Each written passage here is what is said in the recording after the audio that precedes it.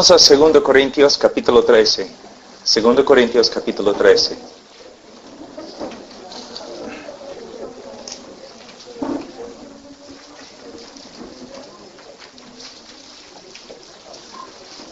Nosotros sabemos que la iglesia acá, los Corintios,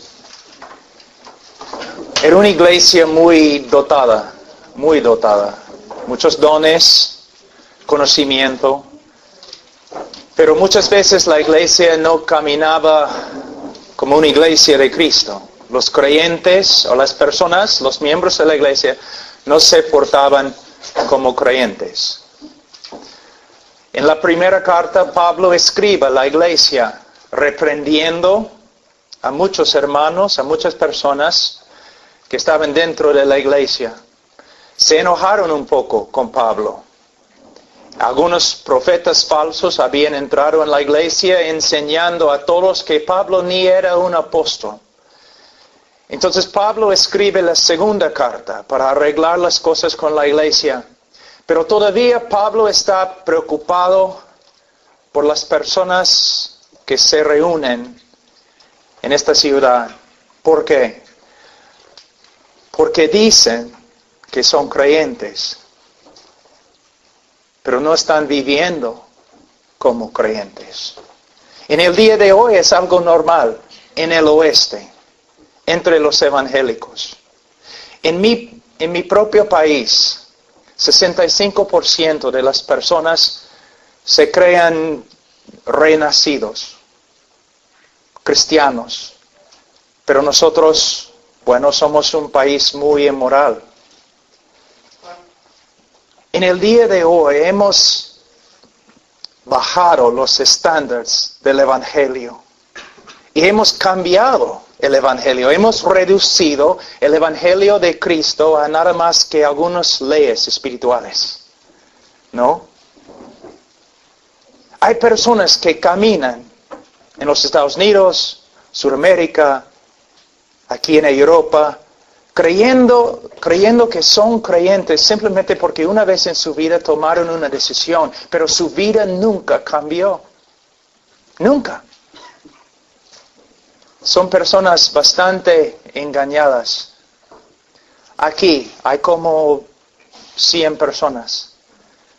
No soy profeta, ni hijo del profeta, de un profeta. Pero te digo, hay personas acá esta noche que no conocen a Cristo. En un grupo de este tamaño siempre es así. Especialmente entre los jóvenes. Hay personas aquí que no son salvos. Y lo saben. Hay otros que se creen salvos, pero están engañados. Y hay creyentes de verdad acá. Yo no puedo mirar dentro del corazón de cada persona, pero de una forma no tengo que hacerlo. ¿Por qué? El creyente verdadero se conoce por sus frutos. Nosotros somos salvos solo por medio de la fe, no por las obras, solo por medio de la fe. Pero una persona que de verdad es cristiano, esta persona ha sido renacido. Dios ha hecho una obra sobrenatural en su vida. Cuando una persona viene a Cristo por medio de la fe, es el resultado de una obra sobrenatural de Dios. Es una obra tan natural como la misma creación, tan supernatural como la misma creación del universo. El hombre nace con un corazón corrupto, adámico, caído. El hombre nace con un corazón que aborrece a Dios. Pero Dios, a través de la predicación del Evangelio y la obra del Espíritu Santo, Dios puede cambiar el corazón de una persona. Pero esta persona con un corazón nuevo, un corazón cambiado, no solamente se arrepiente y no solamente cree, sino también sus afectos cambian. Antes de conocer a Cristo, una persona ama al pecado. Pero después de conocer a Cristo, una persona aborrece el pecado. Antes de conocer a Cristo, una persona aborrece la justicia.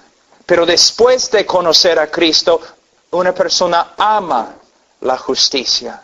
Tiene un cambio en su corazón.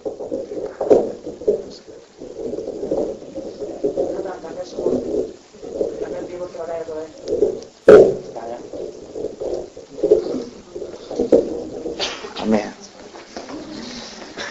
Tengo una pregunta. ¿Tu corazón ha cambiado? ¿Amas la santidad? ¿Aborreces el pecado? ¿Te estás alejando más y más del mundo y acercándote más y más a Dios? Mira lo que Pablo dice. Si alguno está en Cristo, nueva criatura es. Si no eres una nueva criatura, no eres creyente. Aquí en capítulo 13 de 2 Corintios, versículo 5, Pablo está hablando a los que se dicen creyentes, pero no están viviendo como creyentes. Mira lo que él dice. Examinaos a vosotros mismos, si estáis en la fe. Probaos a vosotros mismos. ¿O no os conocéis a vosotros mismos que Jesucristo está en vosotros, a menos que estéis reprobados? ¿Qué está enseñando Pablo? Para tener la certeza de que de verdad somos salvos, debemos examinar nuestra vida. ¿Te das cuenta que en el cristianismo en el día de hoy personas hablan bastante de su decisión, ¿no? Yo tomé mi decisión, yo hice una decisión, yo oré, yo recibí a Cristo, yo levanté mi mano, Cristo me ha salvado. Pero Pablo aquí dice que para tener la certeza de nuestra salvación, la seguridad de nuestra salvación, debemos examinar nuestro estilo de vida.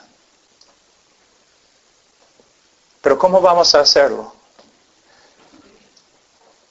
Por medio de examinar mi vida a la luz de las Escrituras. Vamos ahora a 1 de Juan.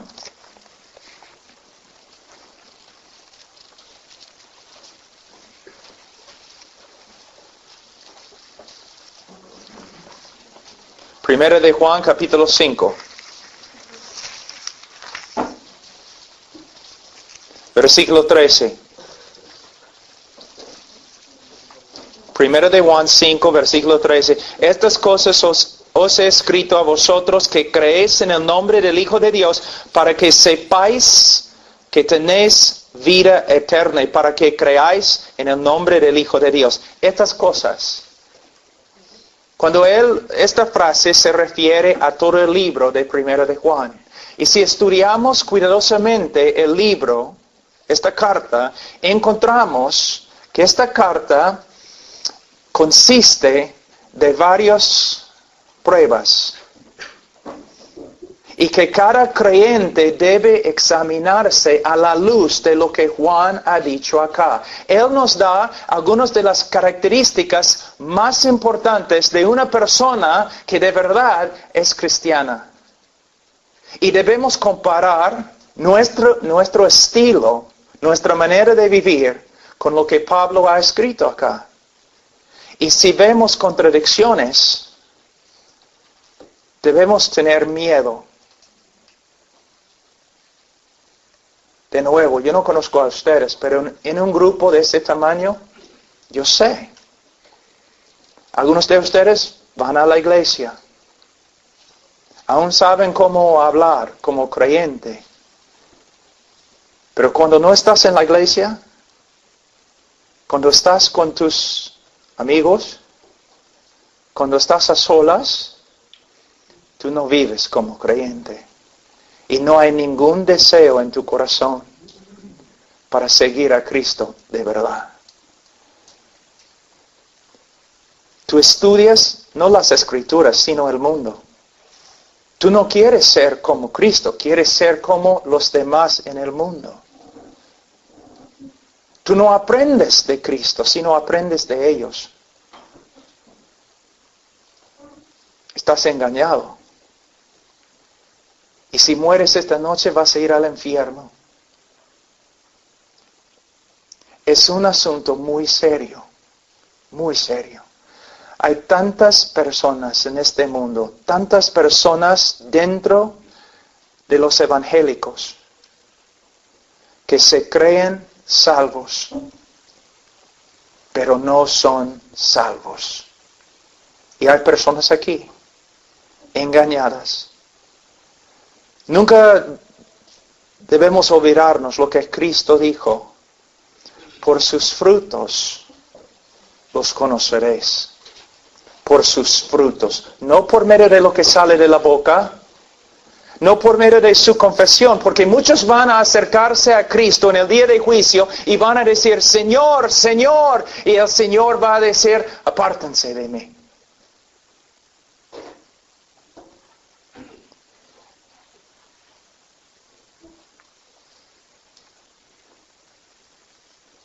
Nunca los conocí. Nunca. Mira, antes de examinarnos a la luz de 1 de Juan, vamos un ratito a Mateo. Capítulo 7.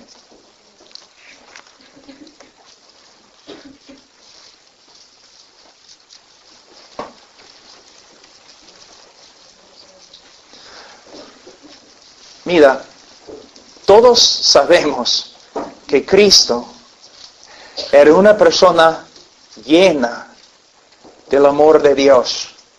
Él amaba a los pecadores más que nadie. Ninguna persona puede acusar a Cristo de no tener amor en su corazón. Cristo vino a este mundo porque Él amó al mundo. Él murió por el mundo. Pero mira lo que dice. Él nos dice palabras bien fuertes. Bien fuertes. Él dice en versículo 13 de capítulo 7, entrad por la puerta estrecha, porque ancha es la puerta, espacioso el camino que lleva a la perdición. Mira, a la perdición. ¿Sabe qué? Casi si no fuera por las enseñanzas de Jesucristo, casi no tendríamos ninguna información acerca del infierno. Si estudias el Antiguo Testamento, casi no habla del infierno. Las epístolas de los apóstoles no hablan mucho del infierno. Casi toda la enseñanza que tenemos en la Biblia acerca del infierno proviene de Cristo Jesús. ¿Te das cuenta? A veces personas hablan mal de mí diciendo, habla del infierno bastante. Cristo habló del infierno más que del cielo. Cristo habló del infierno más que los apóstoles y los profetas, más que todos los demás en las Escrituras juntos. Yo no puedo decir que les amo si no les digo la verdad. Que no les digo que algunos de ustedes están en peligro. Un peligro grave, irrevocable. Un peligro eterno. Él dice, entrad por la puerta estrecha, porque ancha es la puerta y espacioso el camino que lleva a la perdición. Y mira, y muchos son los que entran por ella. Porque estrecha es la puerta y angosto el camino que lleva a la vida, y pocos son los que la hallan. ¿Qué está enseñándonos? ¿Está enseñándonos que podemos ser salvos por medio de las obras? No. ¿Podemos ser salvos por medio de nuestra manera de vivir? No. Jesús claramente enseñaba que el hombre puede ser salvo solamente por medio de la fe. Pero aquí Él está enseñándonos algo muy importante. Los resultados de una fe verdadera. Una persona que de verdad ha creído en Cristo para la salvación, no va a caminar en este camino espacioso, sino va a caminar en un camino bien marcado por la voluntad de Dios, por la palabra de Dios. En el día de hoy yo veo un problema muy grande. Hay cristianos que dicen, o se dicen cristianos, que dicen, amo a Cristo, Cristo es mi Salvador, pero ellos caminan como un estilo de vida en el camino espacioso. Viven como el mundo. No se nota nada de santidad en su vida, nada de separación, pero caminan en el mismo camino con el mundo. Y no sé cómo es en España, pero en Estados Unidos rara vez se encuentra un pastor que habla en contra de lo que están haciendo. No sé si temen a los hombres, que no quieren perder sus iglesias, no sé. Pero tenemos un montón de evangélicos que están diciendo, soy cristiano, pero viven como el mundo. Hablan de las cosas del mundo más que las cosas del Señor. Aman al mundo, se nota en sus caras, en su manera de vivir. Cristo dice que no. Una de las evidencias de que de verdad has creído en Él es que no vas a caminar como el mundo, sino que poco a poco Él te va a cambiar, te va a transformar. Él dice, ahora, versículo 13 y 14, es muy importante entender estos dos versículos en su contexto. Porque muchas personas piensan que Jesús está diciendo lo siguiente, que la mayoría de las personas en el mundo son ateos, agnósticos, otras religiones. La mayoría de las personas son así y van a ir al infierno. Pero hay un grupo pequeño que se llaman evangélicos o cristianos y ellos van a ir al cielo. Eso no es lo que él está diciendo. No. ¿Qué está diciendo? Él está diciendo, entre las personas que se dicen cristianos, entre las personas que confiesen mi nombre diciendo, Señor, Señor, entre este grupo, pocos van a encontrar el camino de vida. Yo puedo probar qué es lo que dice. Mira, estamos aquí capítulo 7, mira lo que dice en 21. No todo el que me dice, Señor, Señor, entrará en el reino de los cielos, sino el que hace la voluntad de mi Padre que está en los cielos. No, mira, en hebreo, cuando quieres enfatizar algo, solamente repites la misma palabra. Por ejemplo, en Isaías 6, Dios es santo, santo, santo. Aquí, mira lo que está diciendo. No todo el que me dice, Señor, Señor. Cristo está diciendo, no todas las personas que enfáticamente claman, soy el Señor. Entre ellos, muchos no van a ser salvos. Los que confiesen que Cristo es el Señor, muchos de ellos no van a ser salvos.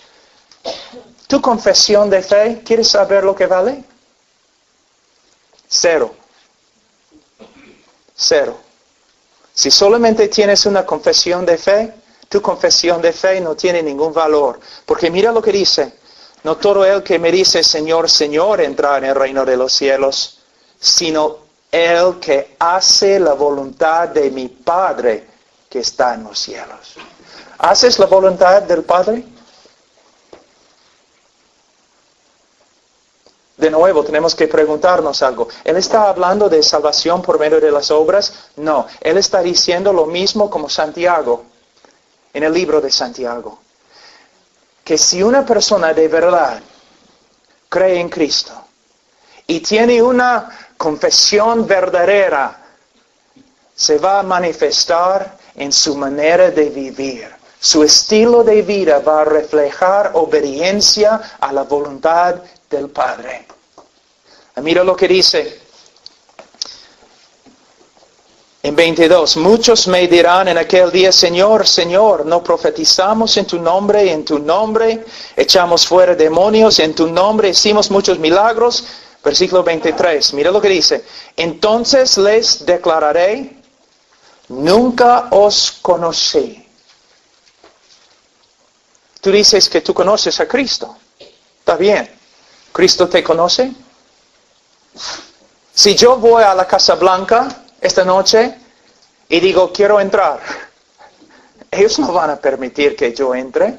Si digo, bueno, pero yo conozco Barack Obama, yo lo conozco, todavía no voy a entrar.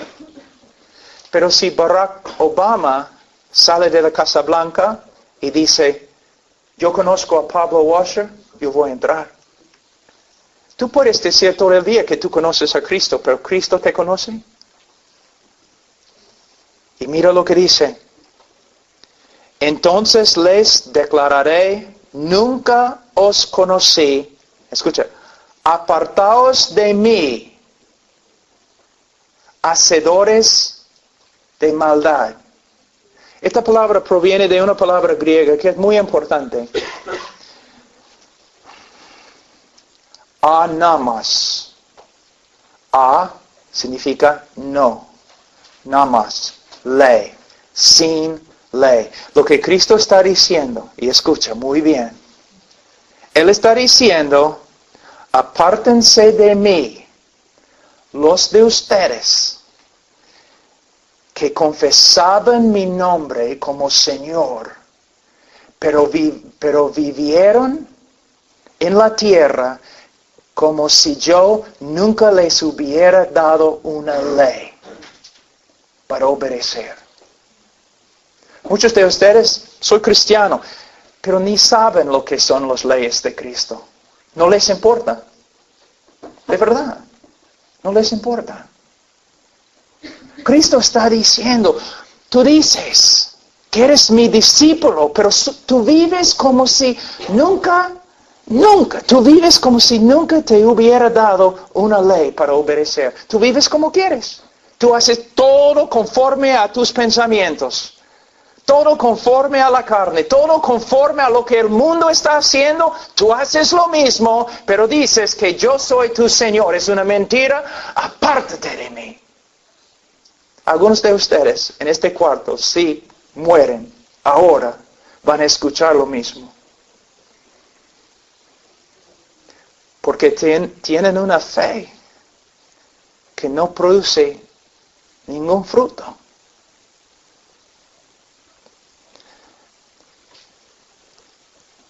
Versículo 16. Por sus frutos los conoceréis. ¿Acaso se recogen uvas de los espinos o higos de los abrojos? Así todo buen árbol da buenos frutos, pero el árbol malo da malos frutos. No puede el buen árbol dar malos frutos, ni el árbol malo dar frutos buenos. Todo árbol que no da buen fruto es cortado y echado en el fuego, así que por sus frutos los conoceréis. ¿Está diciendo que tenemos que tener obras para ser salvo? No. ¿Que tenemos que tener fruto para ser salvo? No. Él está enseñando que si somos salvos por medio de la fe, la evidencia de nuestra salvación va a ser los frutos. Entonces, ¿cómo podemos discernir si de verdad tenemos los frutos de un cristiano? Las características de un cristiano verdadero.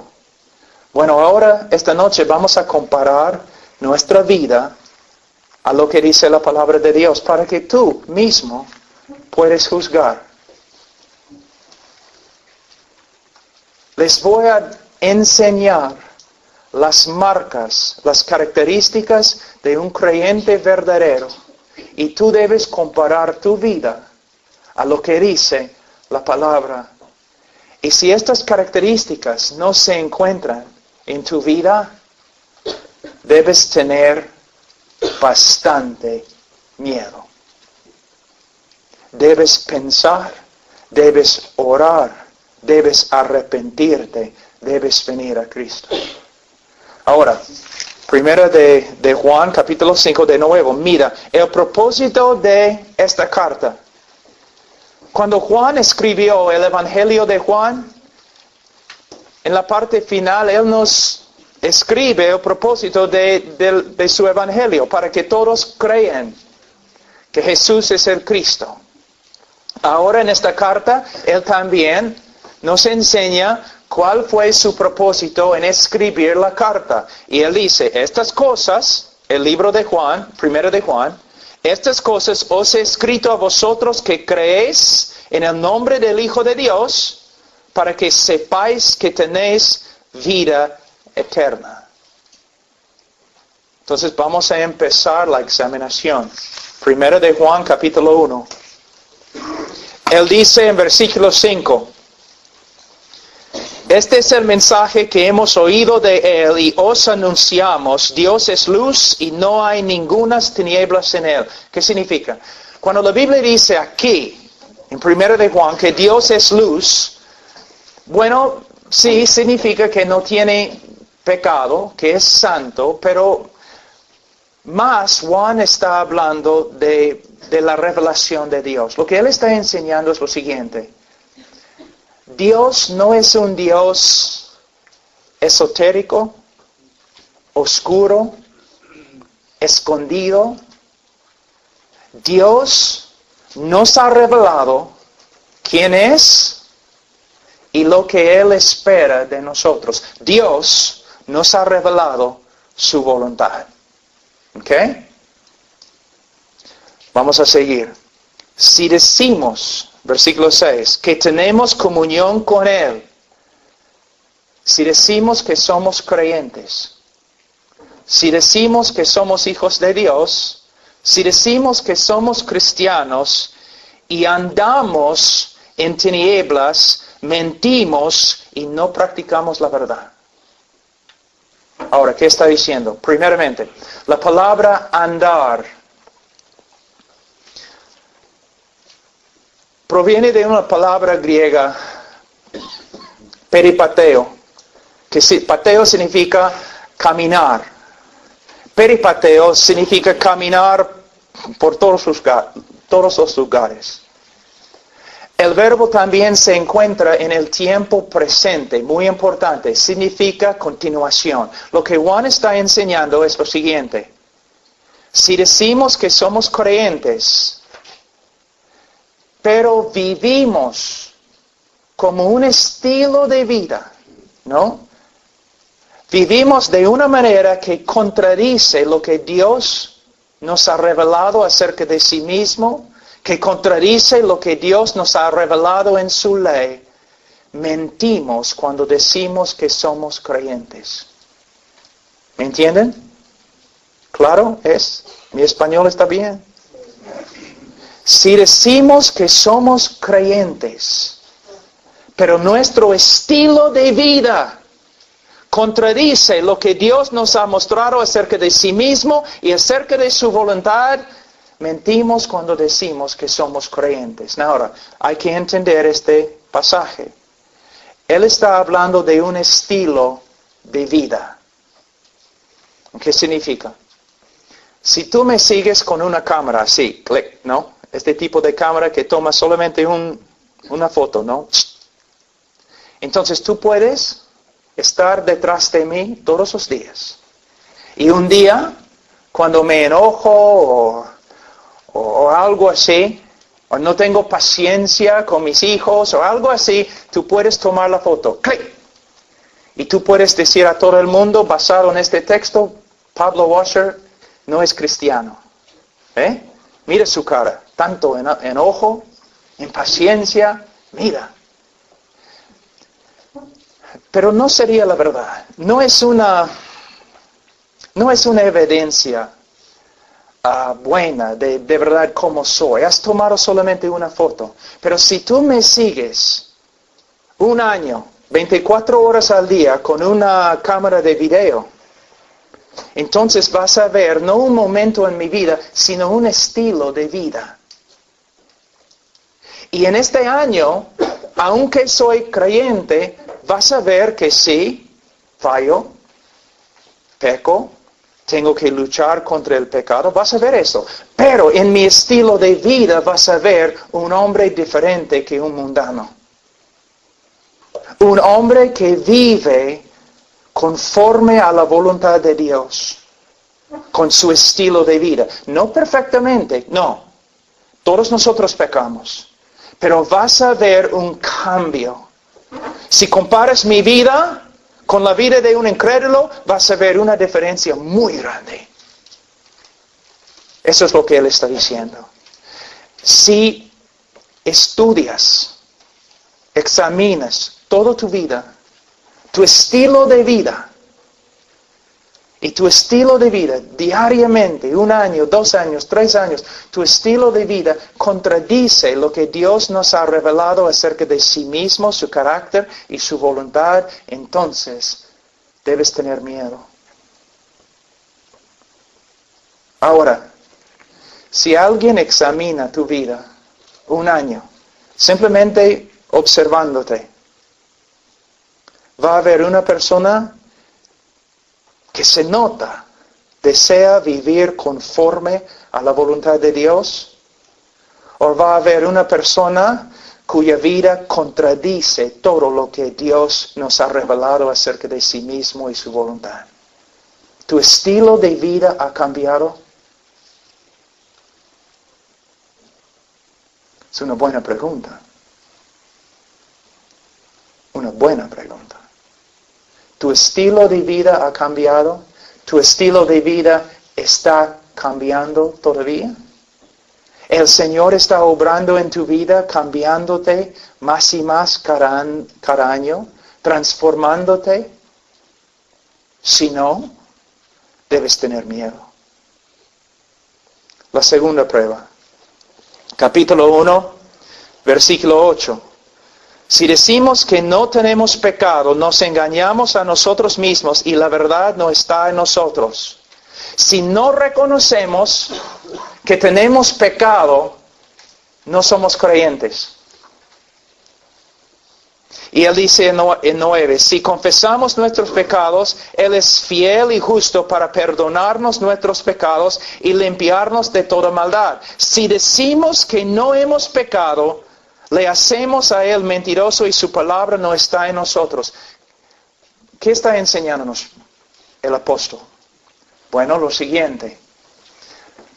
La primera característica en versículos 5 a 7.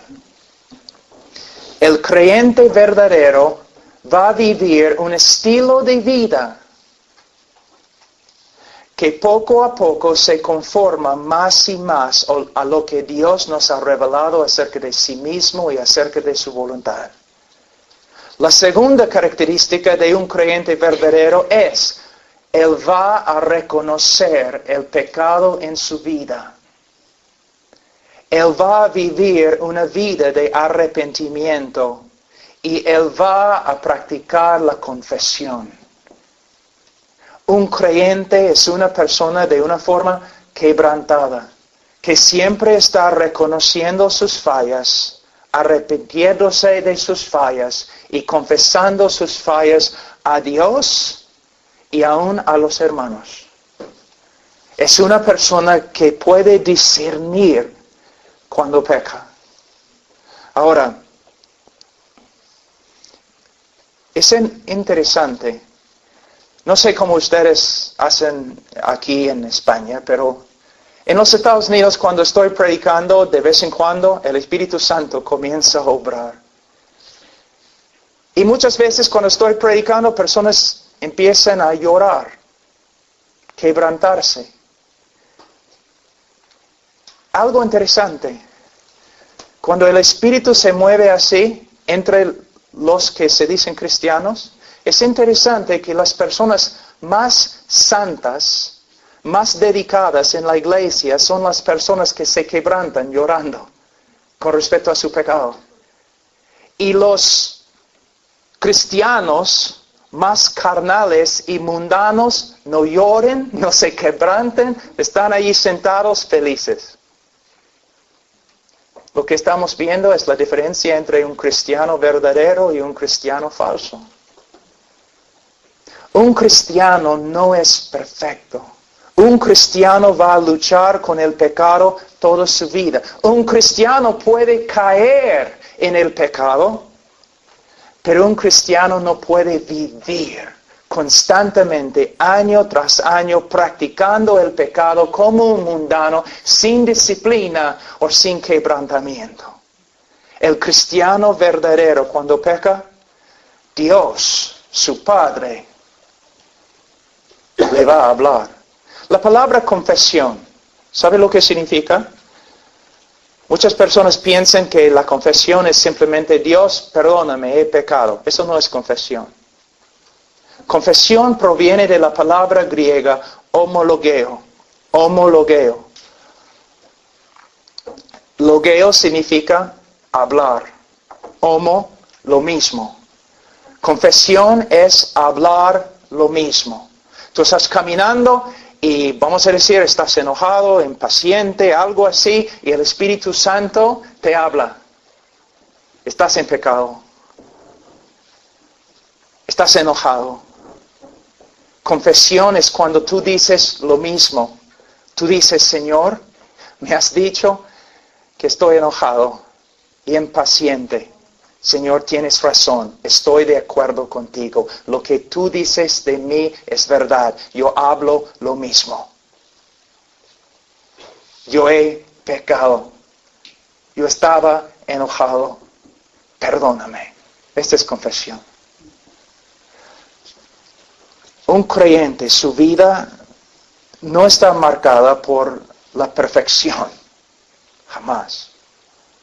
Pero sí está marcada su vida por una manera de vivir que es diferente que el mundo y tiene una relación diferente con el pecado. Cuando una persona viene a mí diciendo, Pablo, tengo una nueva relación con el Señor, yo siempre digo, ¿y tienes una nueva relación con el pecado? Porque si no tienes una nueva relación con el pecado, no tienes una nueva relación con el Señor. Bienaventurados los que lloran, que pueden ver su necesidad. Yo tengo 27 años en el Señor y puedo testificar que el Señor me ha cambiado de muchas formas. Pero ahora tengo más años en la fe, más conocimiento de la palabra. Yo veo más fallas ahora que cuando empecé. El Señor constantemente trabajando.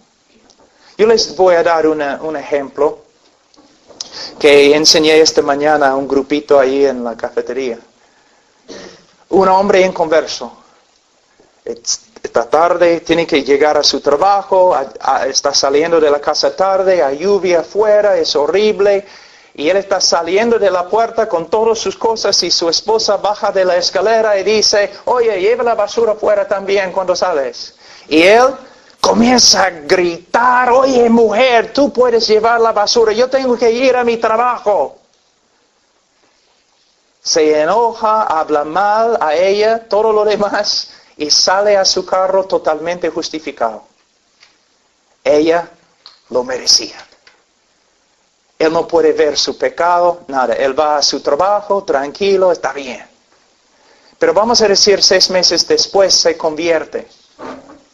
Entonces, mismo escenario. Él va a llegar tarde para su trabajo, está saliendo de la casa tarde. Está lloviendo afuera, su esposa, ¿no? Con pelo como medusa, saliendo de su cama. Dice, oye, lleva la basura contigo, tienes que llevar la basura. Y él, antes de pensar, comienza a gritar, oye mujer, ¿no puedes ver que está lloviendo? Voy a llegar a mi trabajo tarde, tú debes llevar la basura. Tú dices, ¿cuál es la diferencia? El momento que él habla así, es como un cuchillo ha traspasado su corazón. Una náusea. Él sabe que ha hecho mal. Casi no puede respirar. pero quizás se endurece, ¿no? No quiere pedir disculpas, no quiere pedir perdón. Entonces sale al carro, pero sufriendo, bajo la convicción del Espíritu Santo. Sube al carro, está peleando, ¿no? No voy a pedir perdón. Llega a su trabajo, empieza a trabajar, no puede trabajar, ni puede pensar. Solamente él sabe que ha pecado contra Dios y ha pecado contra su esposa y no encuentra descanso o paz hasta que llame a su esposa y dice, mi amor, perdóname, he pecado. Y ella dice, no está bien, no está bien. Perdóname, necesito escuchar las palabras, perdóname. Sí, esposo, te perdono. Ya. Y de ahí se pone de rodillas al lado de su escritorio, Señor, perdóname, he pecado. Es la diferencia entre un creyente y un incrédulo. Su vida está marcada por confesión, quebrantamiento. Pero hay una cosa muy importante. Como hablamos hoy día, si una persona no renueve su mente con la palabra de Dios, si no está estudiando la palabra, si está llenando su vida del mundo, a veces ni puede ver su pecado.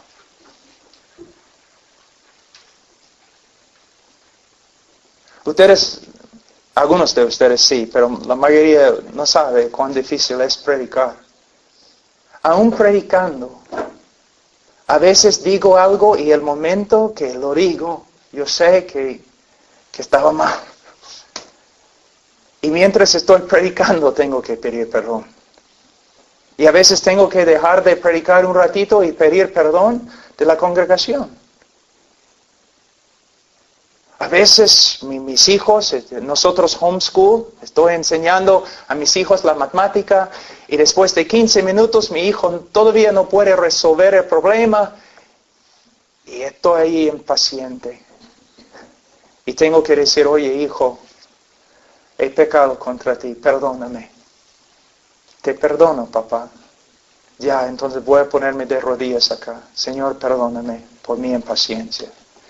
El creyente peca, el creyente no puede vivir con su pecado. Porque el Espíritu Santo es fiel.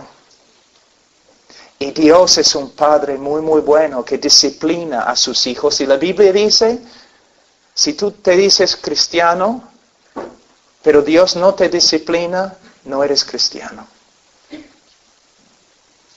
Una de las marcas más grandes del amor de Dios es que nos disciplina y no permite que nosotros, sus hijos, andemos en pecado. Ahora, otra prueba.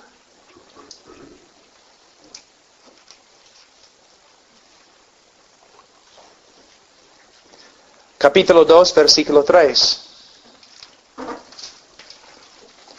Y en esto sabemos que nosotros le conocemos. Mira, en esto sabemos que somos cristianos, si guardamos sus mandamientos. Es lo que dice. El que dice, yo le conozco, y no guarda sus mandamientos, el tal es mentiroso, y la verdad no está en él. Pero el que guarda su palabra, en este verdaderamente el amor de Dios sea perfeccionado. Por esto sabemos que estamos en Él. ¿Qué significa? Nosotros sabemos que aún los cristianos más maduros pecan, fallan, tienen debilidades. Entonces, ¿qué significa este texto? De nuevo, tienes que entender que Juan está usando verbos en el tiempo presente. Está hablando de un estilo de vida. Significa que una persona que de verdad es un creyente va a tener una nueva relación con los mandamientos de Dios. Voy a usar mi vida como una ilustración. Antes de conocer a Cristo, yo no quería saber nada de sus mandamientos, de su voluntad. ¿Qué me importa? No voy a leer la Biblia. no intentaba obedecer a Dios, conocer su voluntad. Cuando yo vivía en desobediencia, no me importaba. Un incrédulo. Pero después de convertirme, ¿qué pasó? Una nueva relación con los mandamientos de Dios. Ningún hombre guarda los mandamientos perfectamente, pero el cristiano tiene un estilo de vida que refleja obediencia. Tiene una nueva relación con la palabra de Dios. ¿Recuerdan lo que dije antes? Si una persona viene a mí y dice, tengo una nueva relación con Dios, yo siempre pregunto, ¿y tienes una nueva relación con el pecado? Pero también pregunto, ¿y tienes una nueva relación con su palabra, con sus mandamientos, con su voluntad? Algunos de ustedes saben exactamente lo que estoy diciendo, porque han experimentado lo mismo en su vida. Antes de conocer a Cristo, ustedes no se preocupaban por saber lo que decía Dios. No se preocupaban por entender la voluntad de Dios o obedecer la voluntad de Dios o confesar tus pecados cuando desobedecías la voluntad de Dios. No, pero después de convertirse, ustedes empezaron a tener interés. ¿Qué ha dicho Dios? ¿Qué dice Dios en su palabra? ¿Cuáles son sus mandamientos? ¿Cuál es su propósito para mi vida? ¿Ves? Una nueva relación con la palabra de Dios. ¿Tienes una nueva relación con los mandamientos de Dios? La Biblia dice, para el creyente los mandamientos de Dios no son gravosos, son su deleite. ¿Los mandamientos de Dios son tu deleite? ¿Te esfuerzas para saber lo que ha dicho Dios? ¿O simplemente te crees cristiano porque vas al grupo de jóvenes? Y no eres tan malo como los demás. Otra prueba. Versículo 6. El que dice que permanece en Él, debe andar como Él anduvo. Tú dices, entonces todos nosotros vamos al infierno. ¿Quién anda como Él anduvo? Tú debes sentarte un día con los pastores, ¿no? Cuando están hablando entre sí. Sí, pueden contar los pastores de sus victorias. Nos sentamos ahí como el Señor ha hecho esto, el Señor me ha cambiado. Pero también los pastores dicen, mira hermanos, oren por mí, porque todavía, caramba, no soy como debo ser. Entonces, ¿qué significa este texto? Si ni aun los pastores andan como Cristo siempre, entonces, ¿qué significa este texto? Yo les voy a dar otra ilustración. Cuando yo era un niño, así de más o menos ese tamaño, mi papá era un hombre muy duro. Y él, cada mañana, como las 5:30 en la mañana, él entraba a mi cuarto y me decía, Pablo, levántate, no hay descanso para los malos. Y mi papá era muy duro. Si él dice, levántate, tú debes levantarte. Entonces yo me levantaba y nosotros salíamos a dar alimentos a los caballos, a las vacas, especialmente en el invierno con la nieve. Y mi papá era un hombre grande y caminaba no así. Y yo como un niño, yo quería ser igual, como mi papá, ¿no? Entonces yo tenía un balde así con agua, llevando agua a los caballos, y mi papá, yo estaba tratando de caminar como él. Como una araña borracha, no, cayéndome y todo lo demás. Pero mira, una persona viendo eso podría haberse burlado. Pero no había duda que había un niño que quería caminar como su papá. Se notaba. A pesar de su debilidad, a pesar de sus fallas, viendo la vida de este niño, no había ninguna duda. El niño quería ser como su papá. Es lo que significa este texto. Cuando una persona ve el estilo de tu vida. Esta persona va a decir, mira, esta persona, a pesar de sus fallas y todo lo demás, esta persona se nota. Él quiere ser como Cristo. Él quiere andar como Cristo. Él quiere reflejar la misma vida de Cristo. ¿Pueden ver esto en ti? Una pasión, un deseo de vivir, de caminar como Cristo. O simplemente van a ver una persona como cualquier otra persona mundana, incrédula.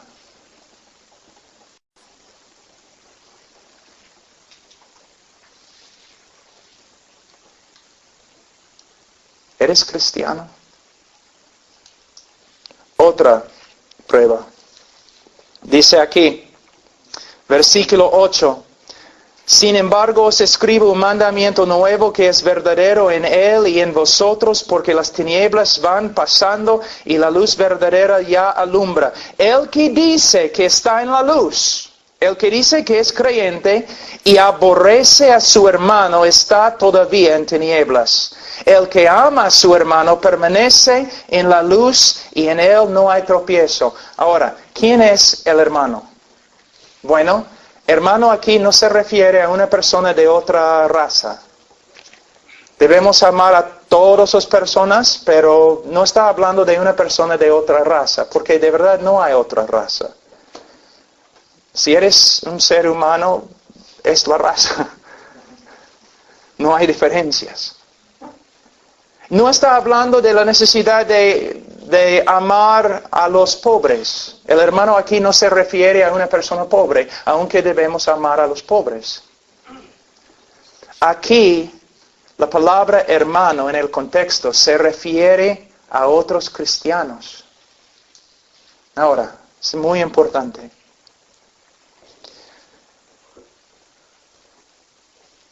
¿Buscas comunión con otros cristianos para hablar de Cristo? ¿Buscas ser siervo a otros cristianos en el nombre de Cristo? Yo tengo que tener cuidado aquí porque muchas veces los jóvenes en los grupos en la iglesia, grupo de jóvenes, los jóvenes quieren salir juntos y todo, pero casi nunca hablan de Cristo. El momento que el servicio se acaba, salen a tomar un Coca-Cola o algo así, comer algo, pero no para hablar más de Cristo o la Escritura. ¿Tú hablas de Cristo solamente cuando estás en un grupo de jóvenes y tienes que hablar de Cristo? ¿Sales con tus amigos simplemente para conversar acerca de Cristo o la Biblia? ¿Quieres estar con otros cristianos muy dedicados para aprender de ellos? Yo recuerdo antes de convertirme, yo en un gimnasio de bastantes hombres pesistas, hombres bestias, ¿no? Y otro lado de la calle, una calle pequeña. Otro lado de la calle había una iglesia, la primera bautista de Brookport, recuerdo. Y cada miércoles en la noche, como a las 6:30, los hermanitos comenzaron a llegar a la iglesia. Yo siempre bajaba todas las ventanas y subía el volumen de la música en el gimnasio con mi canción favorito, Highway to Hell, AC/DC. Solamente para fastidiar a los hermanitos. Sí. Yo no amaba a los creyentes. Yo me burlaba de los creyentes. Yo fastidiaba a los creyentes. Pero el día que el Señor me salvó, mis afectos cambiaron. Yo quería estar con creyentes, hablando de Cristo, comunión, compañerismo, ir a la iglesia, escuchar los sermones del pastor. una persona diferente. Yo voy a verles algo muy importante, que no solamente vas a aprender algo acerca de lo que significa amar a un hermano, también vas a aprender algo acerca de cuán peligroso es interpretar las Escrituras a la ligera. Vamos a Mateo.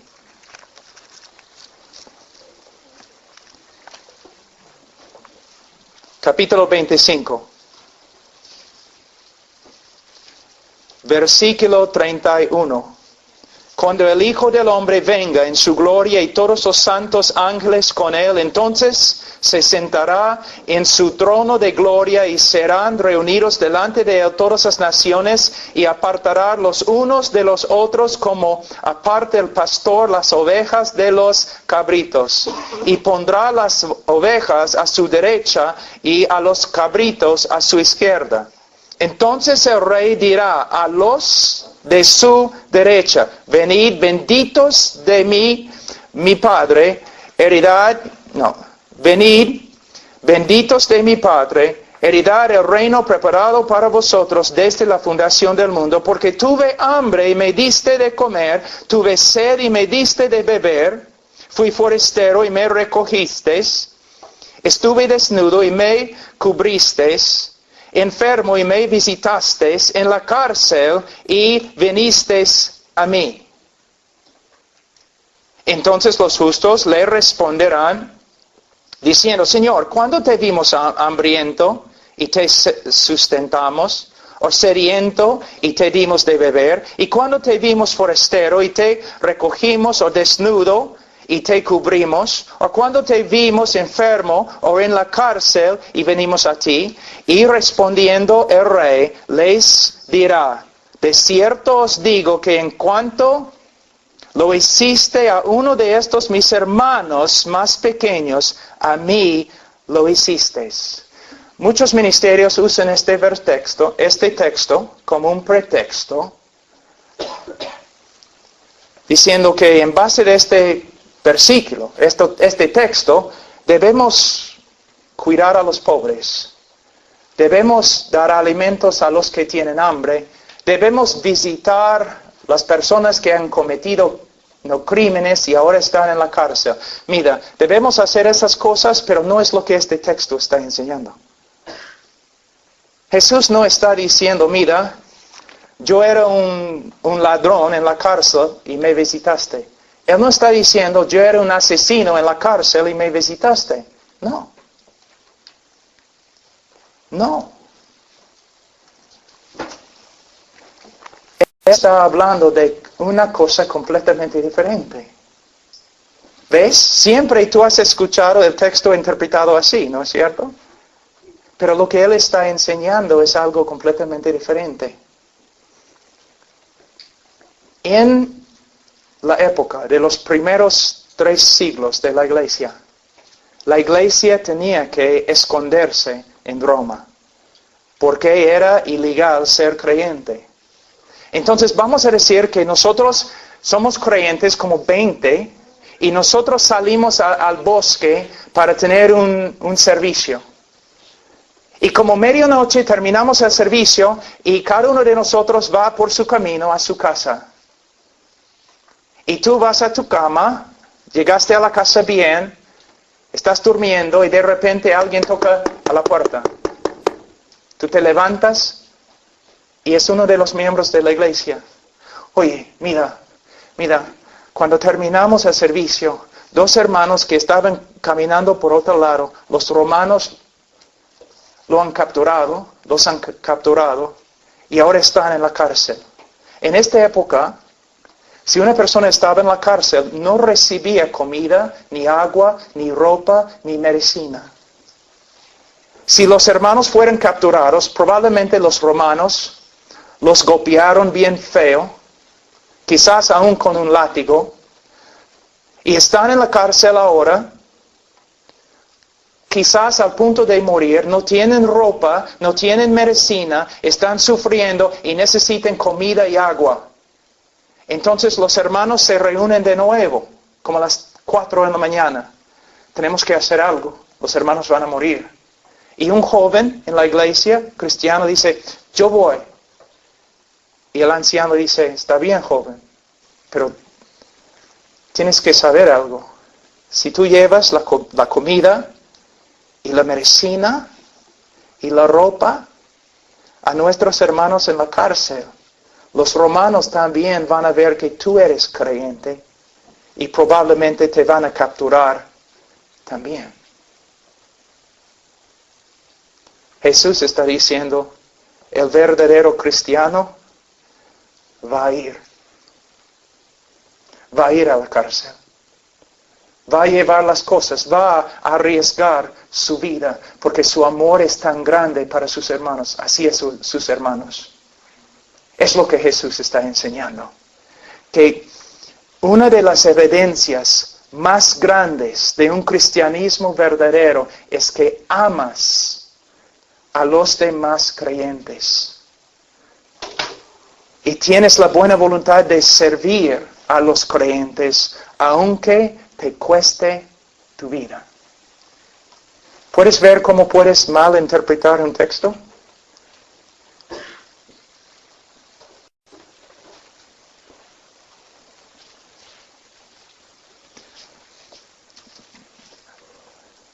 Chicos, chicas, cuando ustedes salen para divertirse, ¿se juntan con otros cristianos para servir a Cristo?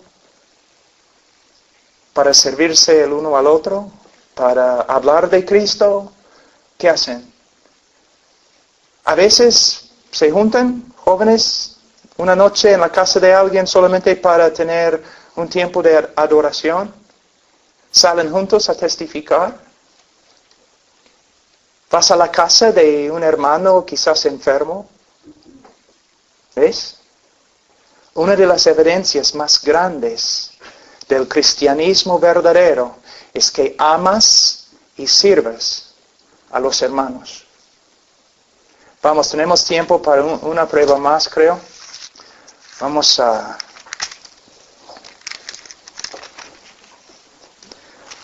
Primero de Juan, capítulo 2. Versículo 15. No améis al mundo, ni las cosas que están en el mundo. Si alguno ama al mundo, el amor del Padre no está en él. Porque todo lo que hay en el mundo, los deseos de la carne, los deseos de los ojos y la vanagloria de la vida, no proviene del Padre, sino del mundo. Y el mundo pasa y sus deseos, pero el que hace la voluntad de Dios permanece para siempre. ¿Amas al mundo? ¿Qué es el mundo? Siempre estamos hablando del mundo. ¿Qué es el mundo? El mundo es cualquier idea, sistema, obra, acción,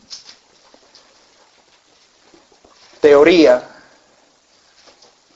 cualquier cosa que contradice la voluntad de Dios. Les voy a dar algunos ejemplos. Un hombre que trabaja para enriquecerse. No para la gloria de Dios, no para servir a otros, solamente para enriquecerse. Está viviendo, está amando al mundo. Un chico, una chica sensual, que se viste para atraer a los demás. Mírenme como soy.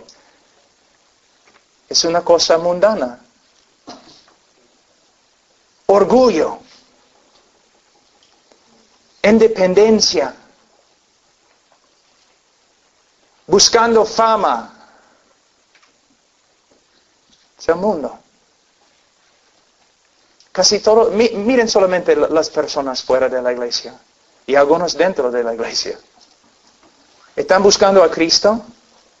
¿Están buscando las cosas eternas? No, están buscando las cosas del mundo, el materialismo.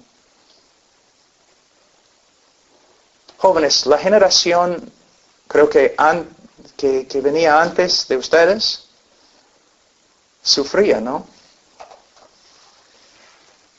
Pero la generación de ustedes es una generación materialista. Quiere cosas, una vida fácil. El mundo. Amas al mundo. Algo muy importante en versículo 17. El mundo pasa. Esta palabra, en griego, su voz es, ¿cómo se dice en castellano? Middle voice. Voz media. O es un verbo con voz pasiva. Que el mundo pasa puede significar que simplemente el mundo está pasando.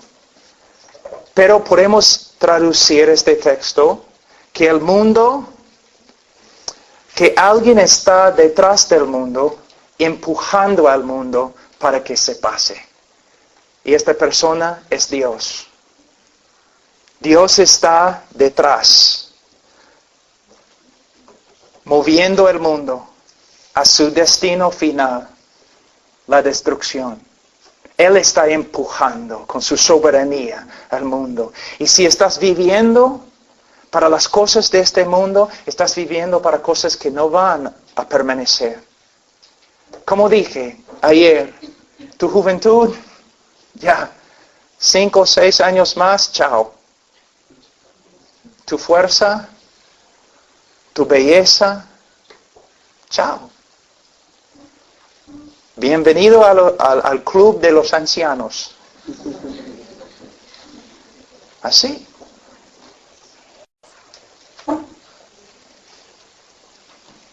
Ahora, todo este libro está lleno de pruebas.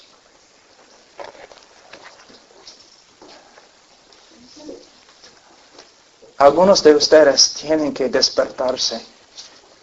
Están jugando con el cristianismo. Se dicen creyentes.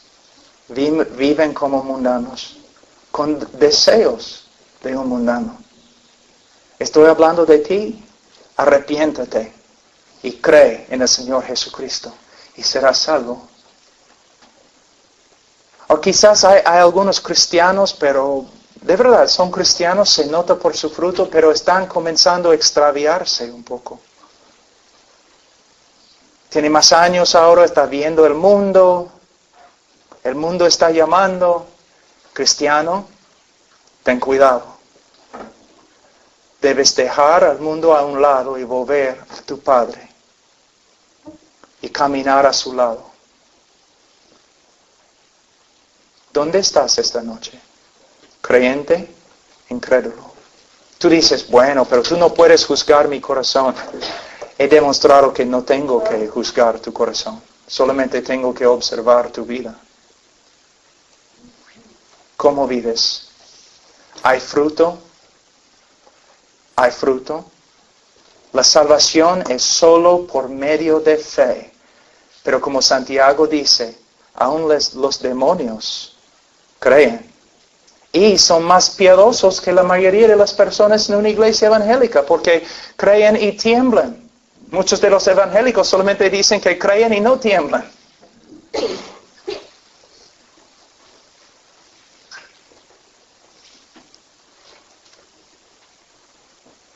A veces el Señor manda a una persona para que hable contigo. Y muchas veces una persona no elocuente, una persona que ni puede usar bien tu idioma. Pero sin embargo, el Señor te está hablando esta noche. ¿Qué vas a hacer con Cristo? Vamos a orar. Padre Santo,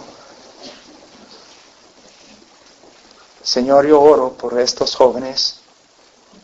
Yo sé que hay jóvenes aquí, Señor, que te aman. Hablando hoy día con varios jóvenes, Señor, aún yo podía notar el amor de Cristo en ellos. Pero Señor, no he hablado con todos.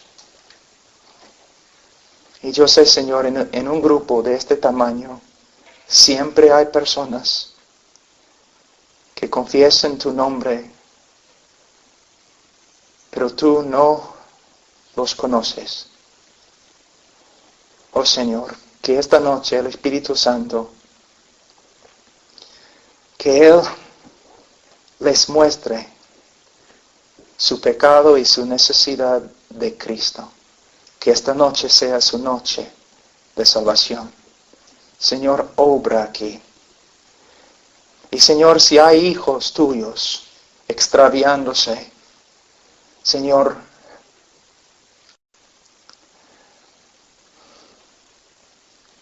dales el temor de Jehová. Hasta que tengan, Señor, miedo y que vuelvan a ti, a su Padre. Señor, ayúdanos esta noche y mañana y todos los días que vamos a estar aquí en España. Ayúdanos. En el nombre de Cristo Jesús. Amén.